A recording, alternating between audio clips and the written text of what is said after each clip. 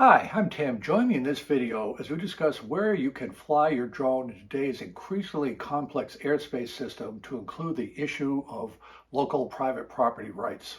Let's get to it.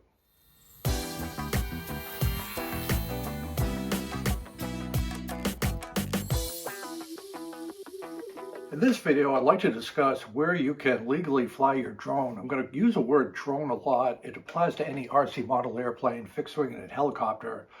But because of the ubiquity of drones, their ability to fly almost anywhere, they don't need clubs or airfields to take off and land. I'll be using the word drones a lot. We'll talk about the FAA, what the FAA can control in terms of airspace, the increasingly important issue of landowner rights, property owners' rights, and what cities and towns can do that oftentimes will conflict with the FAA. Some real-world examples of controlled airspace that can directly affect a drone operator. A brief discussion of apps, the Before You Fly app that the FAA has that can warn you where you shouldn't be flying. And then a very good real-world discussion of the national park system, where the national park system has banned flying in the national park system. We could go through a detailed description of what they say about this, just to educate us and enlighten us and make us aware of what is happening on the various fronts where we can fly unmanned radio-controlled model aircraft. If you'd like to jump ahead, there is chapters in the timeline before. Just hover down there. As always, thank you for likes and subscribes. They greatly help the channel. I've been flying model aircraft since about 1970. Like many young people, I started off with U-control aircraft, progressed up to radio control aircraft. I also have a fair amount of experience flying full-scale aircraft, both as a flight instructor and a commercial pilot, so I understand the airspace structure pretty well. And in this discussion with RC model aircraft, radio control models, the fixed wings, have been flying since the 1950s. Because we keep visual sight, the models tend to need runways to take off and land. RC model airplane pilots tend to use clubs a lot, or if they have a piece of property, they can use their property. With drones, it's much different. They're lightweight, the electric motors, the fact that they don't need any facility to take off and land, and they're taking pictures. The drones tend to fly in a lot of areas that just me as a fixed-wing RC model pilot wouldn't even consider. And another really important thing that the electric drones are bringing to the front of the discussion is because they fly in so many places where the public never saw an RC model aircraft, could be in your neighborhood, there's more of a vocal concern over individual property rights. Can I restrict somebody from flying over my backyard, from flying over a school, sensitive infrastructure, and so forth? And so there is a continuing discussion in the courts between the FAA and the local property owners over who can regulate aircraft activity in the airspace and on the ground. The FAA, the Federal Aviation Administration, factors heavily in these discussions. I think it's worthwhile to just take a moment and take a quick look at the history of the FAA, when it started and why it started, because it was a very tragic air crash that generated the need for the FAA. The FAA came into being on November 1st of 1958 under President Eisenhower. And what had happened about 2 years before that, in 1956, there was a terrible mid-air collision over the Grand Canyon. It involved a TWA Constellation and a United Airlines DC-7. Remember, back in 1956, there were no jet transport aircraft. It was a fairly decent day weather-wise, and what had happened was these two airliners had a mid-air collision over the Grand Canyon. 128 people were killed, everybody on the aircraft. It was such a horrific accident. They had a mass funeral. It was the first time in the history of U.S. commercial aviation where more than 100 people were killed in a single accident. And the accident shocked everybody. So that accident led to congressional action to mandate the FAA. The reason the FAA is important, prior to the FAA coming into existence in November of 1958, the Civil Aeronautics Administration controlled civilian air traffic. The catch was the CAA only regulated civilian air traffic. They didn't have any oversight over military traffic. Military traffic were under a whole separate understanding and control function. The two sides did not talk to each other. But 1956, you had high-performance jets in the military flying everywhere without any coordination with civilian traffic. So after that crash, because the investigation found out that when the United and TWA aircraft crashed over the Grand Canyon, it was uncontrolled airspace and there was no radar coverage whatsoever in that section of the airspace. So here you had airliners carrying passengers, having it midair, and air traffic control had no idea about it. The FAA was stood up. It generated a $250 million bill from Congress to start installing radar coverage of these areas. That was very serious money back in 1958. And more importantly, the FAA was charged with controlling all airspace to include both civilian and military operations in the United States.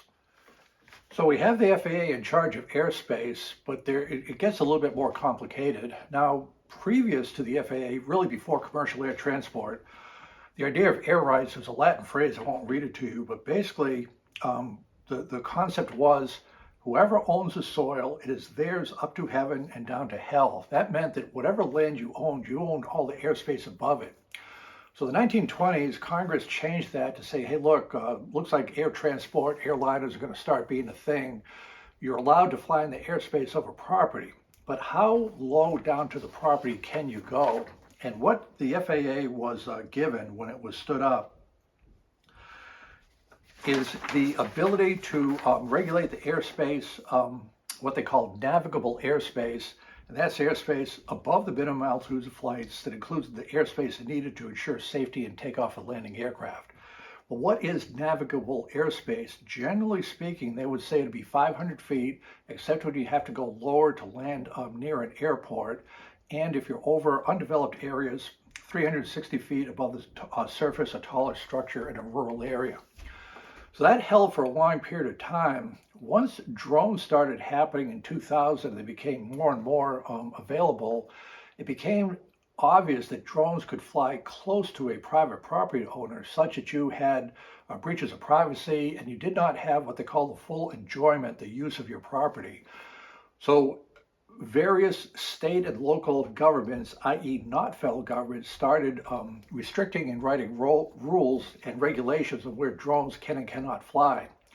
So this immediately went up to the federal government, the FAA, who has the hammer, who has control over who can do what for drone flights, airspace rights, private property. So the FAA created this paper right here. I'll show it on the screen. It's a fairly recent paper, July of 2023. The title is State and Local Regulation of Unmanned Aircraft Systems Fact Sheet. It's by the Office of General Counsel of the FAA and their bosses, the Office of General Counsel of the Department of Transportation. And they talk about the balance of power, regulatory power between the federal government, the FAA, and local governments, what they can and cannot do.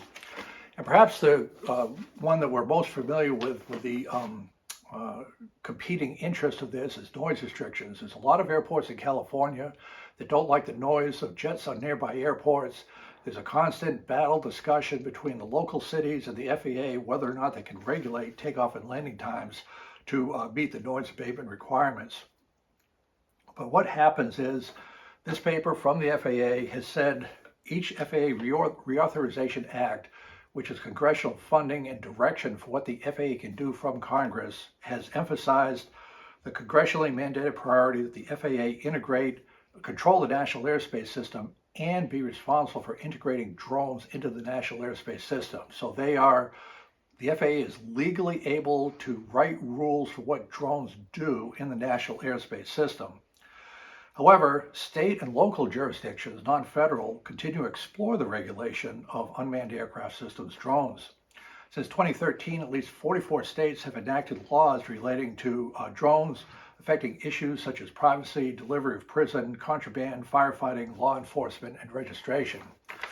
So without going through all the legal chit-chat on it, the FAA's lawyers remind readers that Congress provided the FAA with a mandate by law to develop a comprehensive plan to safely accelerate integration of UAS drones into the national airspace system, and in 2018 to come up with a means for remote identification of the drones.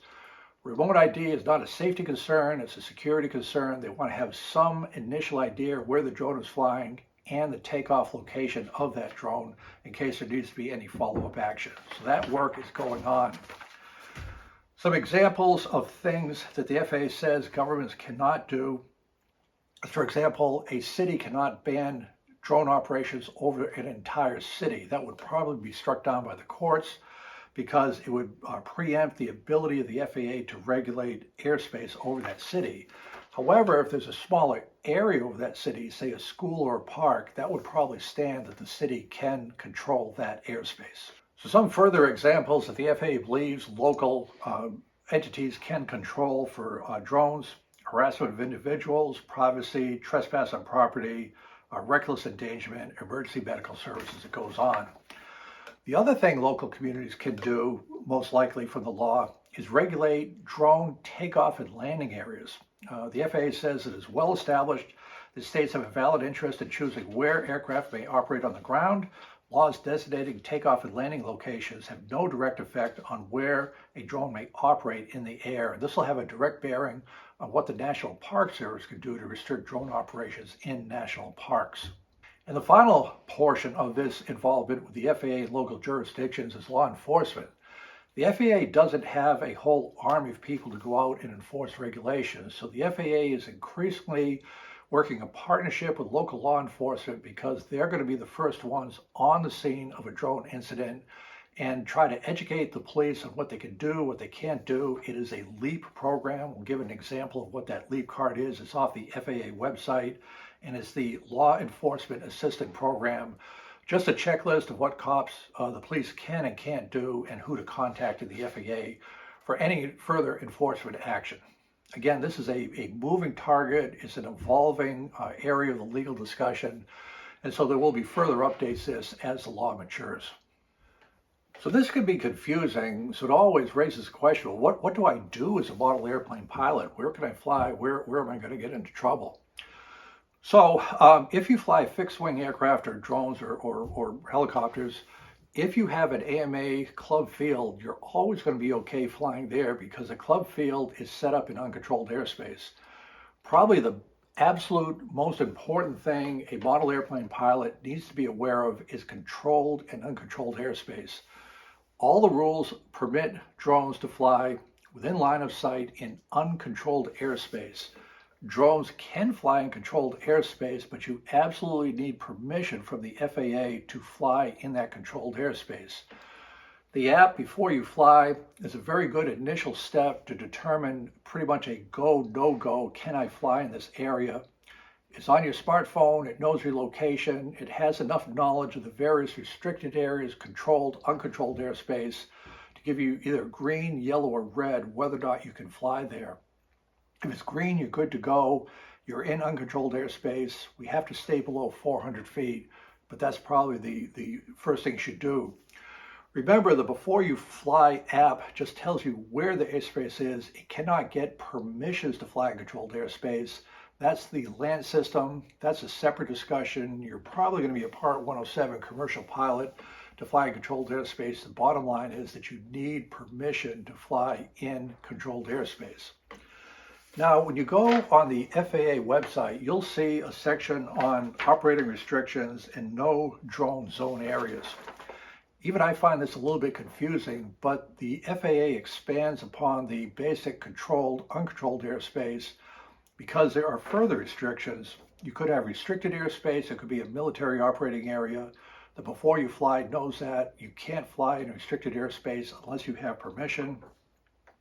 There could be some local restrictions with a community that legally put up a no drone sign. If you see the no drone sign, it generally means you can't take off and land because the community doesn't have control over the airspace, but only governments can do the no drone sign. It cannot be private property owners. Another important thing is a TFR or a temporary flight restriction. Again, the Before You Fly app will alert you of this. TFRs can be pop-up, like with the presidential movement. It could be a emergency hazard, like a wildlife. They don't want drones flying through because there'll be a lot of air operations in there. There's even some interesting TFRs. For example, at Disney World and Disneyland, after 9/11, there are permanent TFRs over both Disney park locations where you cannot fly, again, for the safe enjoyment of the guests' privacy. There's just no drone operations allowed in those areas. Another discussion of controlled airspace is important so you understand just the prevalence of controlled airspace is around major airports. Now again, the Before You Fly app will alert this to you. As I mentioned, we have to fly our drones, RC model aircraft in uncontrolled airspace, but around busy airports, the airspace is classified from A to G. Class B airspace is very strictly controlled airspace near busy airports. Think Atlanta, Boston, Los Angeles. And what happens with a Class B airspace, you need absolute permission from air traffic control to enter there. If you're not on an instrument flight plan, you can be allowed to fly there. They have visual flight corridors through there if you just want to transit. But to enter Class B airspace, as a full-scale pilot without FAA permission, you could well lose your license on something like that, let alone flying a drone in that airspace.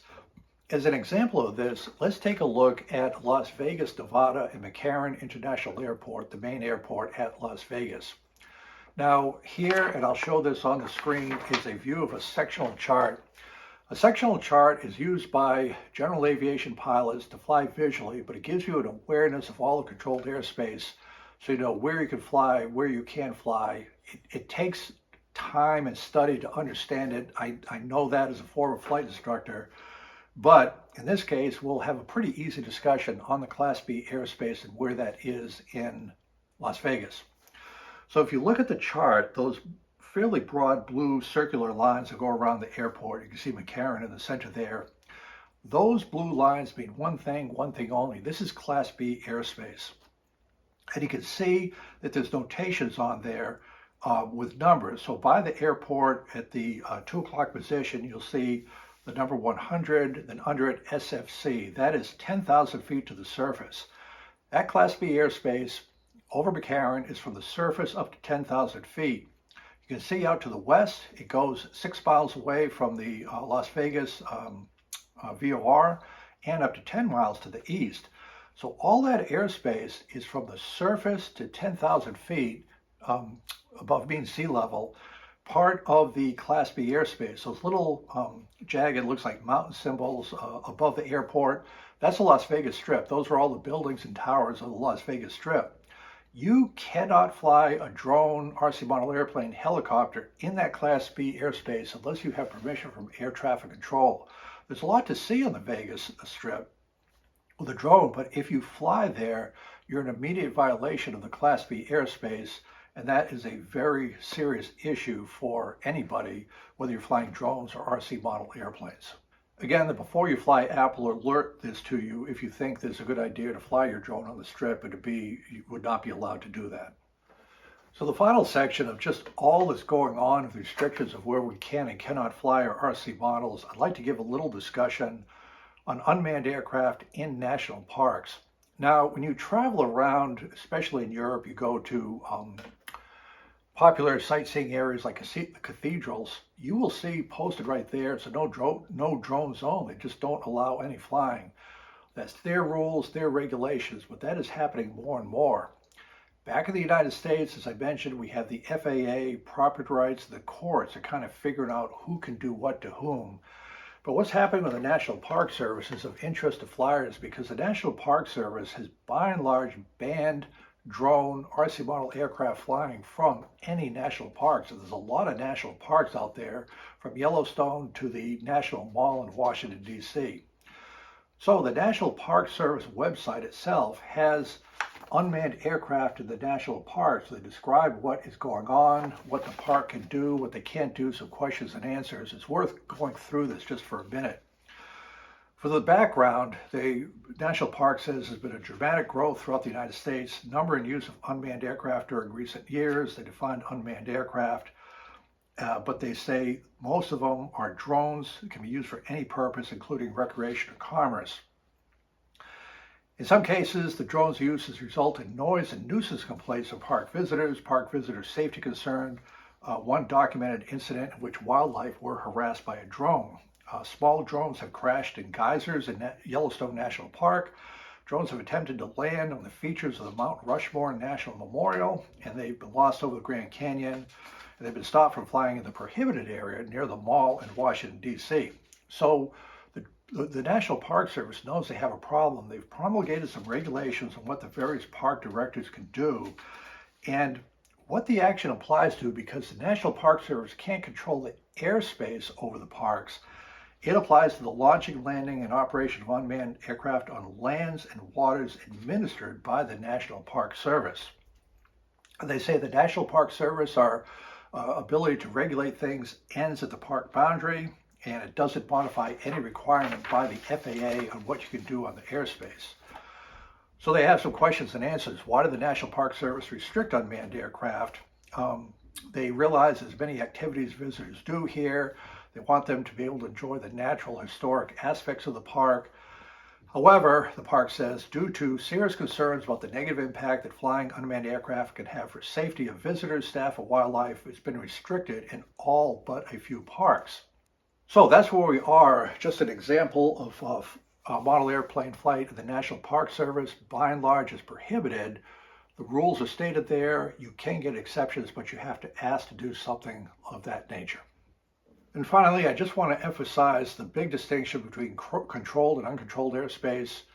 We're perfectly okay flying our drones, keeping visual sight in uncontrolled airspace below 400 feet. Controlled airspace or any other aspect prohibited, restricted, and so forth, you need permission from the FAA before you do that. More and more local communities, it could be a park, it could be a National Park Service, it could be a school, are having the legal ability to restrict drone flights.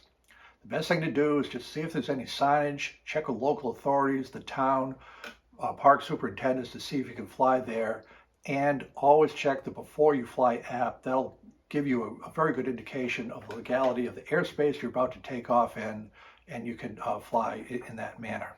Finally, there's one last thing to think about on where you fly, just as a cover for all flight. After March 16th of 2024, the remote ID regulations will start being enforced by the FAA. If you have a new drone, all drones delivered after December of 2022 have remote ID installed at the factory, standard remote ID. You have broadcast modules you can put in your homemade aircraft or ARF that will make you remote ID compliant. And if you're flying at a AMA, Academy of Model Aeronautics field, the majority of the fields by then will have a FRIA. It's an FAA recognized identification area. You do not need any remote ID equipment to fly in a FRIA. Your AMA club will know whether or not they have a FRIA. So thank you for tuning in. As the airspace gets more crowded, as the FAA takes more steps to integrate unmanned aircraft into the national airspace system, there'll be both restrictions of where you can fly from local governments, the remote ID, the FAA. We just have to stay educated on that as we fly our radio control model aircraft. Thank you.